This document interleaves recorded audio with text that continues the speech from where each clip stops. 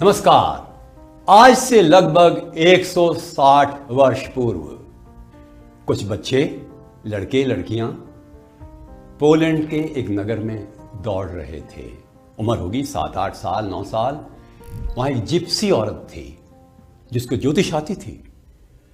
उसने इस लड़की को दौड़ रही थी रोक लिया, पकड़ लिया अनायास, बिना किसी कारण के। कि अपना हाथ दिखाओ। मजबूरी में उसको हाथ दिखाना पड़ा लड़की को। जिप्सी औरत ने कहा, तुम बहुत प्रसिद्ध बनोगी, तुम्हारा नाम होगा दुनिया में। बाकी बच्चे हंसने लगे, अरे महारानी बनेगी, महारानी बनेगी। परंतु कई महारानियों से भी ज्यादा इज्जत पाने वाली ये लड़की बाद में बनी महान वैज्ञानिक मैडम क्यूरी, जिसने 2 नोबेल प्राइज प्राप्त किए, केमिस्ट्री, फिजिक्स। पहली महिला जिसको नोबेल प्राइज मिला, पहला युगल जिसको नोबेल प्राइज मिला, वो महिला जिसकी बेटी और दामाद ने भी नोबेल प्राइज प्राप्त किया। और सबसे बड़ी चीज, 2 अलग अलग विषयों में, फिजिक्स और केमिस्ट्री में नोबेल प्राइज प्राप्त किया। ये मैडम क्यूरी हम सब जानते हैं कितनी महान थी। तो आज हम ये देखें क्या सीख सकते हैं उससे।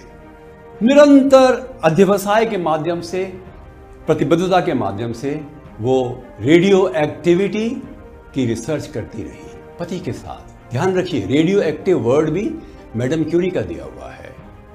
और पोलोनियम और रेडियम की खोज इन्होंने की। और रेडियम से क्या लाभ हुआ आप जानते ही हैं। किस प्रकार से कैंसर तक के बैक्टीरिया को मारने वाली ये रेडियम की औषधि जो बनती है, वो मैडम क्यूरी का ही देन है। मैडम क्यूरी ने रेडियो एक्टिविटी की रिसर्च को आगे बढ़ाया।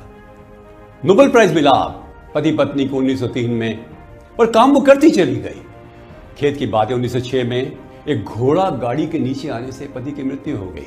बहुत उदास थी, पर नहीं, अपने पति को काम को आगे बढ़ाऊंगी मैं, वो दृढ़ निश्चय किया उसने। और रेडियो एक्टिविटी पर रिसर्च करती चली गई। 1911 में दूसरा नोबेल प्राइज मिला, और ये नोबेल प्राइज केमिस्ट्री में था। धीरे धीरे करके फ्रांस में, अमेरिका में, यूरोप में, सब जगह मेरी क्यूरी का नाम होने लगा। ध्यान रखिएगा, ये वो युग था जब पोलैंड में, जहां से वो आ रही थी, महिलाओं के शिक्षा के अवसर नहीं थे। इंग्लैंड में भी नहीं महिलाओं को अवसर दिए जाते थे। फ्रांस में थे। यूनिवर्सिटी ऑफ पेरिस में रिसर्च की बड़ी बड़ी संस्थाओं की अध्यक्ष बनी। अमेरिका के लोगों ने भी इसको, अपनी संस्थाओं को आगे बढ़ाने के लिए धन भी दिया। मैडम क्यूरी के क्या गुण थे कि आज हम उसको याद करते हैं। परिश्रम इतना ज्यादा, कई बार तो खाना तक भूल जाती थी। और खाना भी क्या खाती थी गरीबी के दिनों में? एज साइंटिस्ट, ब्रेड, थोड़ा सा मक्खन और चाय। कई बार तो 24-24 घंटे वो खाना नहीं खाती थी। सेहत पर असर तो पड़ता ही है। ईमानदार थी। जो उसको नोबेल प्राइज का पैसा मिला, उसे स्वयं के लिए खर्च नहीं किया, विज्ञान के लिए खर्च किया, विद्यार्थियों के लिए खर्च किया, परिवार को दे दिया, मित्रों को दिया, संस्थाओं को दिया। उसे यहां तक कहा, मुझे कुछ भी नहीं चाहिए, मुझे कोई इनाम मत दो, संस्थाओं को धन दो। और वो कुशाग्र थी, प्रवीण थी, प्रखर थी, अध्ययन करती थी, चिंतन करती थी, उसमें नवीनता थी उसके चिंतन में। और ये ही निश्चित रूप से एक अन्वेषण की शक्ति उसको महान व्यक्ति बनाने में सार्थक हुई।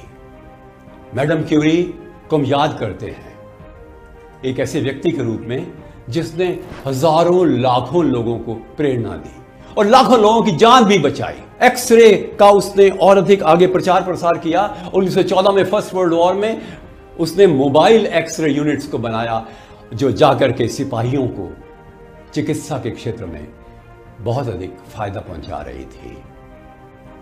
मैडम क्यूरी ने रेडियम के उपयोग के बारे में इतनी रिसर्च की कि आज का मेडिकल साइंस उसके प्रति हर समय ऋणी रहेगा।